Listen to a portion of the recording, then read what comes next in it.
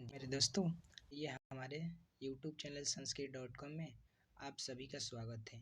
तो आज हम लोग देखेंगे जो इम्पोर्टेंट क्वेश्चन है जो 16 नंबर का पूछता है क्लास 10th का। उसमें हम लोग देखेंगे इम्पोर्टेंट क्वेश्चन जो 100% नहीं बल्कि 110% चांसेस है कि इसी में से ही पूछें। तो आइए हम लोग देखते हैं पहला क्वेश्चन क्या है। इसमें हम लोग जो महत्वपूर्ण क्वेश्चन है संस्कृत का वही देखेंगे। लगभग 25 या 27 क्वेश्चन हम लोग देखेंगे। देखिए हमारा पहला क्वेश्चन क्या है, व्याघ्र पथ्य कथा पाठ से हमें क्या शिक्षा मिलती है। यानी व्याघ्र पथी कथा पाठ जो है उससे हमें क्या शिक्षा मिलती है। तो इसका आंसर क्या हो जाएगा, व्याघ्र पथी कथा पाठ से हमें यह शिक्षा मिलती है कि कभी भी हमें लोभ नहीं करना चाहिए। यानी कभी भी हमें लोभ लालच नहीं करना चाहिए। बिना परिश्रम किए किसी भी वस्तु को प्राप्त करने की इच्छा रखने वाले व्यक्ति अपने प्राण और सामान से वंचित हो जाते हैं। यानी बिना किसी वस्तु को बिना परिश्रम किए बिना मेहनत किए किसी भी वस्तु को प्राप्त करने की इच्छा रखने वाले जो भी व्यक्ति होते हैं अपने प्राण और सामान से वंचित हो जाता है। अतः हमें कभी भी लोभ नहीं करना चाहिए।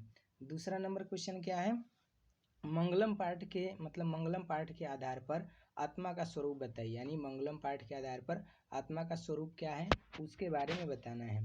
तो देखिए क्या हो जाएगा, मंगलम पाठ महर्षि वेद व्यास द्वारा रचित कठोपनिषद से ली गई है। इसमें आत्मा के बारे में बताया गया है।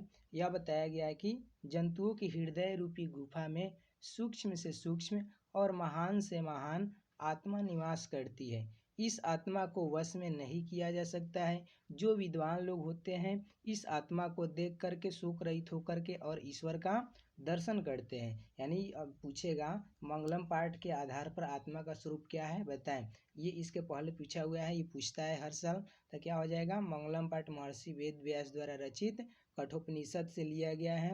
इसमें आत्मा के बारे में यह बताया गया है कि जंतुओं की हृदय रूपी गुफा में सूक्ष्म से सूक्ष्म और महान से महान आत्मा निवास करती है। इस आत्मा को वश में नहीं किया जा सकता है। जो विद्वान लोग होते हैं शोक रहित होकर के यानी सारे जो दुख है कठिनाइयाँ इस सब से मुक्त होकर के ईश्वर की दर्शन करते हैं, इस आत्मा की दर्शन करते हैं। तो चलिए उसके बाद हम लोग देख लेते हैं तीसरा क्वेश्चन क्या है।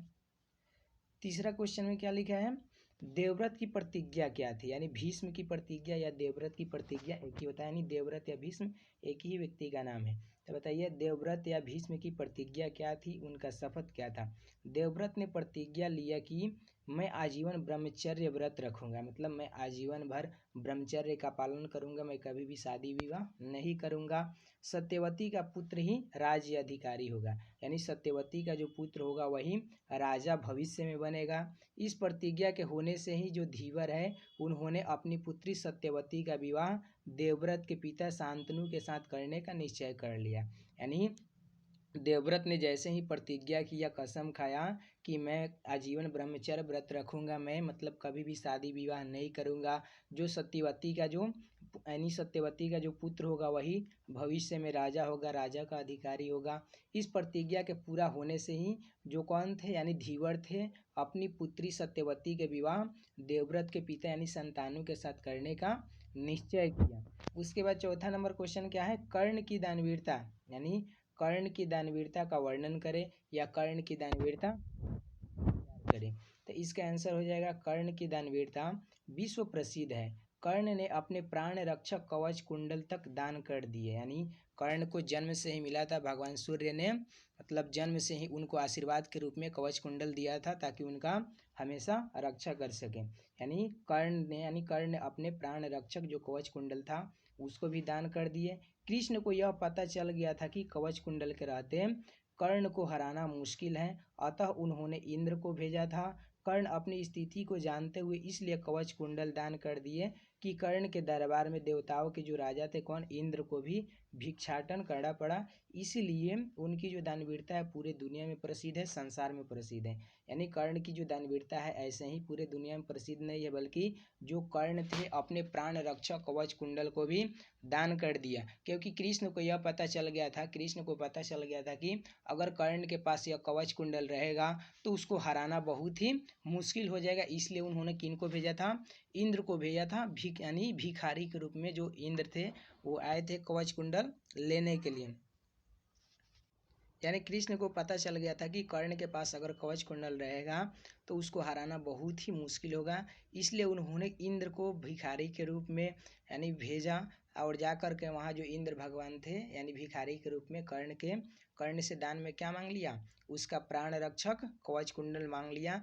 कर्ण जो था इस स्थिति को जानता था कि जो यह भिखारी के रूप में आए हैं यह भगवान इंद्र ही है। उनसे छल कपट पूर्वक यानी क्या मांगना चाहते थे, यानी स्टार्टिंग में तो पहले गाय मांगे, हाथी मांगे, घोड़ा, मतलब घोड़ा देने के लिए कहे यानी कर्ण, लेकिन ये नहीं, लेकिन लास्ट तक उन्होंने मांग लिया कि नहीं, जो प्राण रक्षक कवच कुंडल है वही चाहिए। इसलिए यानी जो कर्ण है वो अपनी स्थिति को जानता था कि जो हमारा प्राण रक्षक कौन है, कवच कुंडल ही है। फिर भी उन्होंने दे दिया ताकि उनके जो शैल्य थे यानी उनके जो रथी थे वो कहते थे क्या, यानी उनसे कहते थे कर्ण कि देखो पार्थ, यानी देखो मतलब जो रथ चलाने वाले थे, देखो अगर दुनिया में कोई भी चीज़ स्थिर मतलब नहीं रहता है, जैसे ज्ञान है उसका भी एक दिन खत्म हो जाना है, नष्ट हो जाता है, लेकिन जो हम लोग दान देते हैं, जो दान देते हैं, संपत्ति देते हैं, तो हमेशा क्या रहता है, जीवित रहता है, हमेशा यादगार रहता है। इसलिए दानवीर जो कर्ण थे उन्होंने अपने प्राण रक्षक कवच कुंडल को भी दान कर दिया। अब आगे देखिए पांचवा क्वेश्चन क्या कहता है। पांचवा क्वेश्चन है, आर्य समाज की स्थापना का मुख्य उद्देश्य क्या था। यानी आर्य समाज की स्थापना किसने किया था, स्वामी दयानंद सरस्वती ने। उसका मुख्य उद्देश्य क्या है, देखिए आर्य समाज की स्थापना का मुख्य उद्देश्य भारतीय समाज में व्याप्त दोषों को दूर कर समाज में वैदिक संस्कृति की स्थापना करना तथा वेदों के आधार पर समाज को विकसित करना है। ये पूछेगा ही, यानी आर्य समाज की स्थापना का मुख्य उद्देश्य क्या है। तो आर्य समाज की स्थापना का मुख्य उद्देश्य यह था कि जो भारत में, जो भारतीय समाज में जो भी कुरीतियाँ है, जो भी मतलब गलत विचार है, गलत जो प्रथाएं हैं, उसको दूर करना है और समाज में वैदिक संस्कृति की स्थापना करना है और वेदों के आधार पर ही जो समाज है उसको आगे विकास करना है। उसके बाद हम लोग देख लेते हैं छठा क्वेश्चन, इसको आप लोग स्क्रीनशॉट लेते जाइए। उसके बाद देखिए 6 नंबर में क्या लिखा है, विवाह संस्कार का वर्णन करिए। बहुत ही इंपॉर्टेंट क्वेश्चन है, विवाह संस्कार का वर्णन करें। 16 संस्कारों में विवाह संस्कार एक महत्वपूर्ण संस्कार है। विवाह के बाद ही व्यक्ति जो है अपने गृहस्थ आश्रम में प्रवेश करता है। इसमें अनेक प्रकार के कर्मकांड होते हैं, जैसे यानी जिसमें मंडप निर्माण, यानी मंडप निर्माण को हम लोग का क्या कहते हैं, जो मड़वा होता है उसी क्या कहते हैं, मंडप, यानी मंडप निर्माण। उसके बाद में क्या लिखा है, वर स्वागत, यानी वर का यानी जो दूल्हा होता है, वर होता है, उसका स्वागत होता है, यानी जो द्वार पूजा होता है वही। उसके बाद वर वधु का निरीक्षण, यानी वर वधु का जो परस्पर निरीक्षण होता है, यानी निरीक्षण कहने का मतलब जो जयमाला होता है उसी को हम लोग क्या कहते हैं, निरीक्षण कहते हैं। उसके बाद होता है आपका कन्यादान, अग्नि विस्थापन, यानी जो मड़वा में क्या होता है, अग्नि विस्थापन किया जाता है जिसके चारों तरफ, यानी चारों फेरा लेते हैं लोग। उसके बाद वचनबद्धता होता है, जो पंडित जी बताते हैं वचन, उसको मतलब वचन लेते हैं लोग। उसके बाद पानी ग्रहण होता है और लास्ट में सिंदूर दान इत्यादि, ये सभी क्या होता है, विवाह का संस्कार की सभी क्या है, रस्में हैं। ये सभी हो गया 6 नंबर। उसके बाद 7 नंबर देखिए क्वेश्चन क्या है, कर्मवीर कथा नामक यानी पाठ का परिचय दें, या इसी को पूछ सकता है कर्मवीर कथा का सारांश बताएं, या कर्मवीर कथा पाठ से हमें क्या शिक्षा मिलती है, या राम प्रवेश का चरित्र चित्रण करें। तो इसका आंसर क्या हो जाएगा, तो देखिए क्या लिखा है, कर्मवीर कथा नामक पाठ में एक ग्रामीण यानी एक गांव के दलित बालक राम प्रवेश की कथा है। यानी जो कर्मवीर कथा नामक जो पाठ है, इसमें एक गांव के एक ग्रामीण दलित बालक, यानी एक छोटी जाति के एक दलित परिवार के एक बालक है राम प्रवेश, उसी का कथा है, जो अपने उत्साह और गर्व से विद्या प्राप्त करना चाहता है। यानी जो अपने उत्साह से, अपने गर्व से विद्या प्राप्त करना चाहता है। गरीबी और खराब परिवेश में होने के बाद भी वह अपनी मजबूत इच्छा शक्ति के कारण उच्च पद पर पहुंच जाता है। यह कथा यानी अपने उत्साह से, अपने मजबूत इच्छा शक्ति के कारण वह हाई पोस्ट पर यानी उच्च पद पर पहुंच जाता है। यह जो कथा है बालकों तथा बालिकाओं में आत्मविश्वास और आत्मसम्मान का भाव उत्पन्न करती है, यानी करती होगा, यहाँ करनी हो गया है। साथ ही लक्ष्य प्राप्ति के लिए हम लोगों को भी प्रेरित करती है। ऐसे कर्मवीर आदर्श होते हैं। इस कथा से हमें यह शिक्षा मिलती है कि किसी भी व्यक्ति को विपरीत परिस्थिति में निराश नहीं होना चाहिए। उत्साह से हम लोग सब कुछ प्राप्त कर सकते हैं। यानी जैसे राम प्रवेश राम ने मतलब उतने खराब परिवेश में रहने के बावजूद भी उन्होंने इतना बड़ा पोस्ट प्राप्त कर लिया, वैसे ही जो व्यक्ति है उसको किसी भी विपरीत परिस्थिति में उसको निराश नहीं होना चाहिए। उत्साह से हम लोग हर चीज़ प्राप्त कर सकते हैं। तो आगे हम लोग 8वां क्वेश्चन देखते हैं। 8वां क्वेश्चन में क्या लिखा है, अलस कथा पाठ में धूर्तों की पहचान कैसे की गई। यानी अलस कथा पाठ में जो धूर्त लोग थे, जो बनावटी आलसी धारण करके आए थे, उनकी पहचान कैसे हुआ। आलसी लोगों के सुख को देख करके, यानी इसका आंसर क्या हो जाएगा, आलसी लोगों के सुख को देख करके धूर्त लोग भी बहाना करके भोजन प्राप्त करने के लिए बनावटी आलसी बन गए। यानी बनावटी आलसी झूठ मूठ का आलसी बनकर चले आए। तब धूर्त लोगों की पहचान के लिए क्या किया गया, सोए हुए आलसियों के घर में यानी अलसशाला में आग लगा दी गई। धूर्त लोग घर में लगे आग को देख करके भाग गए तथा सचमुच में जो आलसी व्यक्ति थे वे लोग सोए के सोए रह गए, जिससे आलसी और जो धूर्त थे वो दोनों को पहचान किया गया। यानी जो बनावटी आलसी धारण करके आए थे, जो सचमुच में आलसी नहीं थे, वो घर में लगे आग को देख करके भाग गए, और जो सचमुच में आलसी थे, जो असली आलसी थे, वे उस घर में सोए के सोए रह गए। यानी 4 आलसी बच गए थे, उस घर में सोए के सोए रह गए, जिससे दोनों का पहचान हो गया। यानी जो भाग गए वो धूर्त थे, और जो उस घर में बच गए वो क्या थे, आलसी थे। उसके बाद देखिए क्या लिखा है, 9वां क्वेश्चन, यानी 9 नंबर क्वेश्चन में क्या है, विश्व में यानी विश्व में शांति की स्थापना कैसे होगी। यानी विश्व में शांति स्थापना कैसे होगी, तो केवल उपदेश से विश्व की शांति नहीं हो सकती। केवल हमें ज्ञान देने से, उपदेश देने से शांति नहीं हो सकता है। हमें उपदेश के अनुसार आचरण भी करना चाहिए। हमें उपदेश के अनुसार जो व्यवहार है, आचरण है, वो भी करना चाहिए। हम लोग जानते हैं कि क्रिया के बिना जो ज्ञान है वो भार स्वरूप है। यानी हम लोग जानते हैं अगर ज्ञान ही है, उसका उपयोग नहीं करते हैं, तो वो जो ज्ञान है वो भार स्वरूप ही है। जैसे वैर से वैर कभी शांत नहीं होते, यानी दुश्मन से दुश्मन कभी भी शांत नहीं हो सकता है। इसलिए हमें एक दूसरे के प्रति दया, परोपकार और मित्रता का भाव रखना चाहिए, तभी विश्व में शांति हो सकती है। यानी कभी भी अगर आपको शांति करना है, मतलब शांति की स्थापना करना है, आपस में प्रेमता पूर्वक करना होगा, तो क्या करना होगा, हमें एक दूसरे के प्रति दया का भाव रखना होगा, परोपकार की भावना रखना होगा, और मित्रता का भी भाव रखना होगा, तभी पूरे दुनिया में, विश्व में शांति की स्थापना हो सकती है। उसके बाद देखिए क्या लिखा है, 10 नंबर क्वेश्चन क्या है, पंडित किसे कहा जाता है। यानी पंडित किसे कहते हैं, पंडित उसे नहीं कहते हैं जो जात से होता है पंडित, उसको पंडित नहीं कहते हैं। सभी जीवों के तत्वों को जानने वाले, अपने सभी कर्मों के योग की तरह जानने वाले, और मनुष्यों को उपाय के जानने वाले मनुष्य को ही पंडित कहा जाता है। यानी जो जात से पंडित होता है उसको पंडित नहीं कहते हैं। जो सभी जीवों के तत्वों के, सभी जीवों के ज्ञान के बारे में जानता है, सभी जीवों के बारे में जानता है, अपने कर्मों के अभ्यास की तरह जानता है, उसके बाद मनुष्य को उपाय के जानने वाले ही मनुष्य को हम लोग क्या कहते हैं, पंडित कहते हैं। उसके बाद 11 नंबर क्वेश्चन क्या है, 11 नंबर क्वेश्चन क्या है, नीति श्लोका पाठ के, यानी पाठ का 5 वाक्य में परिचय दें। तो इस पाठ में, यानी जो नीति श्लोका पाठ है, इस पाठ में व्यास द्वारा, यानी वेद व्यास द्वारा लिखा गया महाभारत के अंतर्गत 8 अध्यायों की प्रसिद्ध विदुर नीति से संकलित 10 श्लोक है। महाभारत शुरू होने से पहले धृतराष्ट्र अपने हृदय की शांति के लिए, अपनी चित्त शांति के लिए महात्मा विदुर से परामर्श किया, यानी राय विचार किया। विदुर ने उन्हें निस्वार्थ भाव से, यानी बिना कोई स्वार्थ के, मतलब दिखाते हुए कहते हैं, राजनीति के बारे में अपना उपदेश प्रकट करते हैं। यानी अपना उपदेश मतलब अपना जो जानकारी है राजनीति के बारे में बताते हैं, इसलिए इन्हें विदुर नीति कहा जाता है। इन श्लोकों में विदुर के जो अमूल्य उपदेश है, बहुत सारे जो ज्ञान है इसमें भरे हुए हैं। कौन से चैप्टर में, नीति श्लोका पाठ में। उसके बाद 12 नंबर क्वेश्चन क्या कहता है, भारत महिमा पाठ से हमें क्या संदेश मिलता है। यानी जो भारत महिमा पाठ है उससे हमें क्या संदेश मिलता है, उसके बारे में बताइए। इसका आंसर क्या हो जाएगा, भारत महिमा पाठ से हमें यह संदेश मिलता है कि हमें भारतीय होने पर गर्व होना चाहिए। हम, यानी हम सभी भारतीयों को हरि की सेवा करने का अवसर प्राप्त हुआ है, इसलिए हमें सच्चा देशभक्त होना चाहिए, और अन्य भारतीयों से मिलजुल करके और प्रेम पूर्वक रहना चाहिए। यही जो है भारत महिमा पाठ से हमें संदेश मिलता है, शिक्षा मिलता है।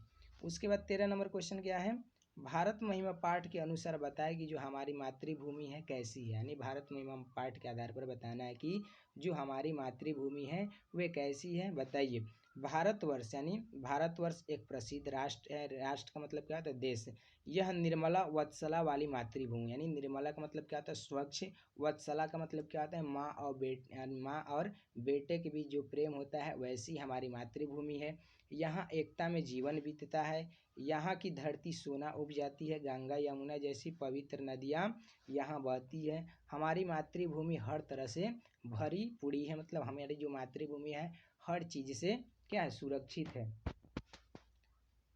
उसके बाद 14 नंबर क्वेश्चन देखिए क्या कहता है, स्वामी दयानंद की यानी स्वामी दयानंद की शिक्षा व्यवस्था का वर्णन करें। यानी जो स्वामी दयानंद थे उनकी जो शिक्षा व्यवस्था थी क्या थी उसके बारे में बताना है। इसके आंसर क्या हो जाएगा, स्वामी दयानंद ने आर्य समाज की स्थापना कर शिक्षा में सुधार हेतु प्रयास किया। यानी जो स्वामी दयानंद सरस्वती थे आर्य समाज की स्थापना कर लिए थे और शिक्षा में सुधार हेतु उन्होंने प्रयास भी किया, कोशिश भी किया। जहां उन्होंने एक और गुरुकुल शिक्षा पद्धति में पुनः उद्धार किया, वही दूसरी ओर आधुनिक शिक्षा में सुधार हेतु आदर्श तय किए। स्वामी दयानंद जी के अनुसार उनके शिष्यों ने यानी उनके जो क्या थे, शिष्य थे, जो मतलब छात्र थे, उन्होंने उनके जो अनुयायी थे उन्होंने डीएवी यानी डीएवी विद्यालय समूह जैसी संस्था का निर्माण किया। इस प्रकार हम अनुभव करते हैं कि स्वामी दयानंद शिक्षा व्यवस्था में सुधार हेतु आजीवन मतलब जीवन भर प्रयास करते रहे। डीएवी का मतलब क्या होता है, दयानंद एंग्लो विद्यालय यानी विश्वविद्यालय हो गया। उसके बाद देखिए क्या लिखा है 15 नंबर क्वेश्चन। 15 नंबर क्वेश्चन क्या है, मंदाकिनी नदी की शोभा का वर्णन करें। यानी जो मंदाकिनी नदी है उसकी जो शोभा है उसका वर्णन करना है। तो क्या हो जाएगा, जब वनवास काल में श्री राम सीता और लक्ष्मण एक साथ चित्रकूट जाते हैं। यानी जब वनवास यानी भगवान राम का जब वनवास हुआ था तो उसमें श्री राम सीता और लक्ष्मण एक साथ चित्रकूट पर्वत के साथ मतलब पर्वत के पास जाते हैं, तब मंदाकिनी नदी की प्रकृति सुषमा से बहुत ही प्रभावित हो जाते हैं। यानी वहाँ की जो प्रकृति है, वहाँ की जो वातावरण है उसको देख करके बहुत ही प्रभावित हो जाते हैं। ऊंची दीवारों वाली इस नदी की रमणीयता को देखें। यानी दीवार कहने का मतलब चारों ओर से पर्वत ही था। यानी ऊंची दीवारों वाली इस मतलब नदी की रमणीयता को देखो, इस नदी की शोभा को देखो, देख करके राम सीता से कहते हैं, यानी जो राम है वो सीता से कहते हैं कि यह नदी प्राकृतिक उपदानों से संकलित चित्र को आकर्षित कर रही है। यानी यह जो नदी है हर तरह से यानी हर तरह के जो प्रकृति उपदान है उनसे यानी प्राकृतिक जो उपवन है उससे संकलित या चित्र को दर्शा रही है और आकर्षित कर रही है। रंग बिरंगे छटा वाली यह नदी हंसों और सारस के द्वारा सुशोभित एवं इसके निर्मल जल में जो ऋषिगण है वो स्नान करते हैं। ये सब किसको बताते हैं, किसको दिखा रहे हैं, तो माता सीता को श्री राम बता रहे हैं मंदाकिनी नदी के बारे में। उसके बाद देखो क्या लिखा है 16 नंबर क्वेश्चन, मनुष्य को प्रकृति से क्यों लगाव रखना चाहिए। यानी जो मनुष्य है उसको प्रकृति से क्यों लगाव रखना चाहिए, तब प्रकृति ही है जो मनुष्य को पालती है यानी पोषती है, अतः प्रकृति को शुद्ध होना चाहिए। यहाँ महर्षि वाल्मीकि प्रकृति के वास्तविक रूप का वर्णन करके मनुष्य को प्रकृति के प्रति लगाव रखने का संदेश देते हैं। इससे हमारा जो जीवन है सुखमय होगा और आनंदमय होगा, खुशी खुशी बीतेगा। यही कहते हैं कौन, महर्षि वाल्मीकि, कि जो मनुष्य है उनको प्रकृति से लगाव रखना चाहिए। उसके बाद 17 नंबर क्वेश्चन क्या है, सिख संप्रदाय के लोगों के लिए पटना क्यों महत्वपूर्ण है। यानी सिख संप्रदाय के जो लोग थे उनके लिए पटना क्यों महत्वपूर्ण है उसके बारे में बताइए। तो इसका आंसर हो जाएगा, सिख संप्रदाय के लोगों के लिए पटना नगर यानी पटना नगर में पूजनीय स्थल अवस्थित है। यहाँ सिख संप्रदाय के 10वें गुरु जो गुरु गोविंद सिंह का जन्म स्थान है। यह स्थल गुरुद्वारा के नाम से जाना जाता है। यानी गुरु गोविंद सिंह का जहाँ जन्म हुआ था पटना में, वह उस स्थान को किस नाम से जाना जाता है, गुरुद्वारा के नाम से जाना जाता है। देश विदेश से सिख संप्रदाय वाले लोग यानी लोगों के अलावा अन्य संप्रदाय वाले जो लोग होते हैं वो भी तीर्थयात्री के रूप में यहाँ दर्शन के लिए आते हैं। गुरु गोविंद सिंह की जयंती बड़ी धूमधाम से मनाई जाती है। यानी सिख संप्रदाय के जो लोग होते हैं देश से और विदेश से या अन्य संप्रदाय के जो लोग होते हैं वहाँ जाते हैं, मतलब घूमने जाते हैं, तीर्थ यात्रा के रूप में, पर्यटक स्थल के रूप में वहाँ घूमने जाते हैं, देखने जाते हैं। और वहाँ जो क्या है पटना में जो जो गुरु गोविंद सिंह की जो जयंती है बहुत ही धूमधाम से मनाया जाता है। अगला क्वेश्चन देखिए 18 नंबर जो बहुत ही इंपॉर्टेंट है, छोटा सा है लेकिन बहुत इंपॉर्टेंट है। भगवान बुद्ध ने पटना के संबंध में क्या कहा था। यानी जो भगवान बुद्ध थे उन्होंने पटना के संबंध में क्या कहा था? तो इसका आंसर क्या हो जाएगा? भगवान बुद्ध ने पटना के संबंध में कहा था कि यह जो गांव है भविष्य में क्या होगा? महानगर होगा। यानी जो पाटलिपुत्र था, भगवान बुद्ध के समय पाटलिपुत्र यानी पटना का नाम क्या था? पाटलीग्राम था। भगवान बुद्ध के समय पटना जो था एक शहर नहीं था बल्कि एक गांव था। तो उसी के बारे में भगवान बुद्ध कहते हैं क्या? कि जो पटना है वो भविष्य में, यह जो गांव है भविष्य में क्या होगा? महानगर होगा। परंतु आपसी झगड़ा यानी आपस में जो झगड़ा है, आग लगी है और बाढ़ से हमेशा क्या रहेगा? पीड़ित रहेगा। कौन कहते हैं? भगवान बुद्ध कहते हैं।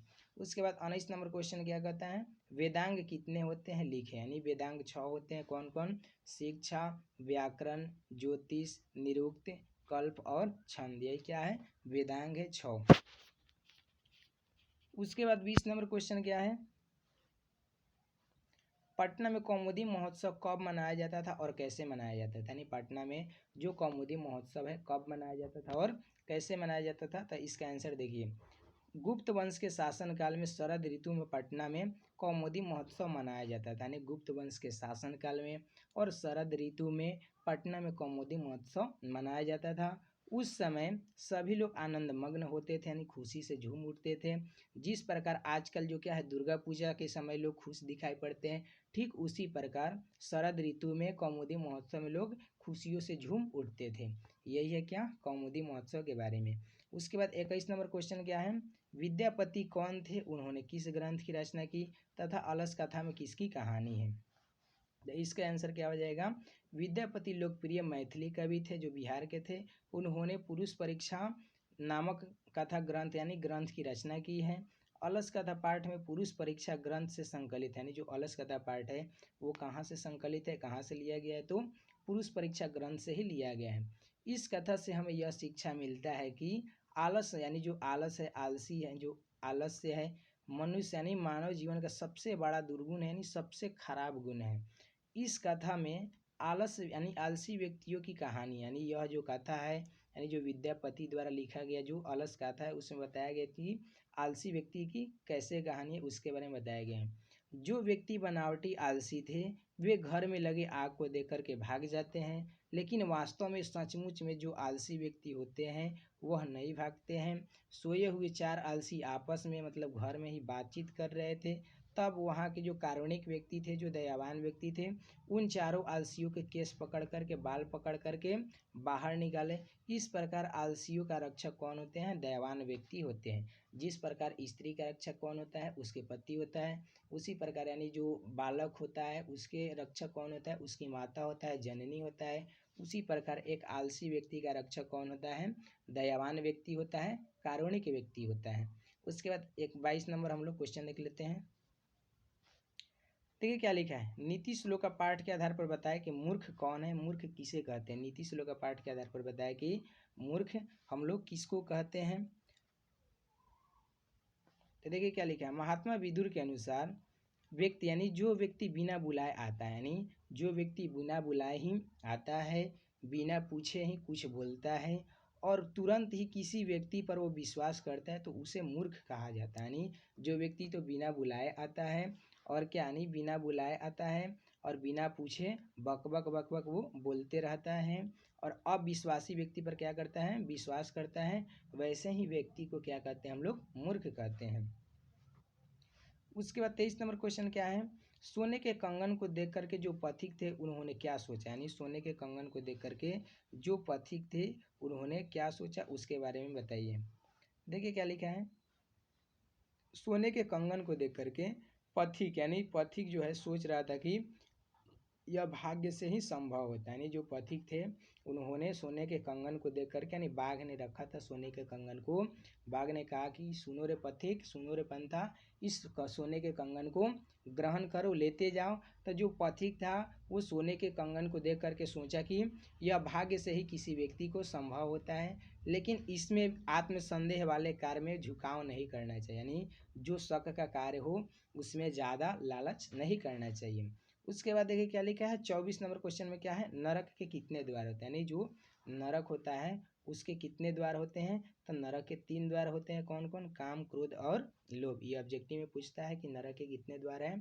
तो 3 द्वार हैं। उसके बाद 25 नंबर क्वेश्चन क्या है? स्वामी दयानंद को मूर्ति पूजा के प्रति अनास्था कैसे हुई? या इसी को बदल करके पूछ सकता है, स्वामी दयानंद मूर्ति पूजा के विरोधी कैसे हो गए? तो इसका आंसर लिखेंगे, स्वामी दयानंद के परिवार जो थे शिव के उपासक और धर्म के प्रति विश्वास रखते थे। यानी स्वामी दयानंद के जो परिवार थे वो भगवान शिव के उपासक थे और धर्म के प्रति विश्वास भी रखते थे।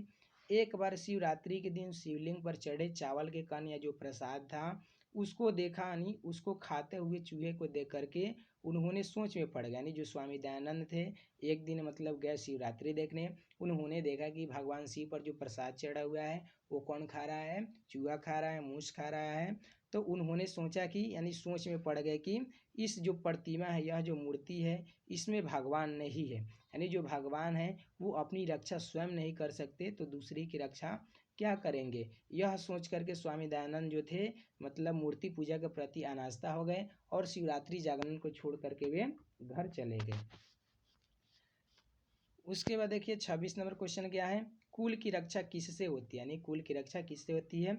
कुल की रक्षा सदाचार से होती है, क्योंकि अच्छा व्यवहार और सही कार्य करने वाले व्यक्ति निरंतर अपनी अपनी प्रतिष्ठा से, यानी अपनी प्रतिष्ठा को बढ़ाता है। यानी जो कुल की रक्षा सदाचार से होता है, अच्छे विचार से, अच्छा आचरण से होता है, क्योंकि अच्छा व्यवहार से ही और जो सही कार्य करने वाले जो व्यक्ति है अपनी इज्जत को, अपनी प्रतिष्ठा को, अपने मान सम्मान को आगे बढ़ाते रहता है। इस प्रकार अच्छा आचरण करने वाले व्यक्ति न केवल अपनी कुल की रक्षा करता है बल्कि अपनी कुल की प्रतिष्ठा, अपने कुल की मान सम्मान को भी बढ़ाता है। 27 नंबर क्वेश्चन क्या है? लास्ट क्वेश्चन है, भारतीय दर्शन एवं प्रवर्तकों के नाम लिखिए। इसमें से ऑब्जेक्टिव भी पूछ सकता है। जो भारतीय दर्शन है और उसके प्रवर्तक के नाम लिखे। भारतीय दर्शनों की संख्या कितनी है? 6 है। यानी जो भारतीय दर्शन है कितनी है? 6 है। संख्या दर्शन, इसके प्रवर्तक कौन है? कपिल है। उसके बाद योग दर्शन के प्रवर्तक कौन है? पतंजलि है। न्याय दर्शन के प्रवर्तक कौन है? गौतम है। वैशेषिक दर्शन के मतलब प्रवर्तक कौन है? कणाद है। मीमांसा दर्शन के प्रवर्तक कौन है? जैमिनी है। और लास्ट में क्या है? वेदांत दर्शन, उसके प्रवर्तक कौन है? वादरायण है। तो ये हम लोग क्या कर लिए, यानी पूरा खत्म हो गया। यही इंपॉर्टेंट 27 क्वेश्चन था। यदि आप सभी को यह वीडियो अच्छा लगे तो प्लीज़ यानी क्या करें, उसको लाइक करें, सब्सक्राइब करें और अपने दोस्तों में शेयर कर दें। थैंक यू, धन्यवाद।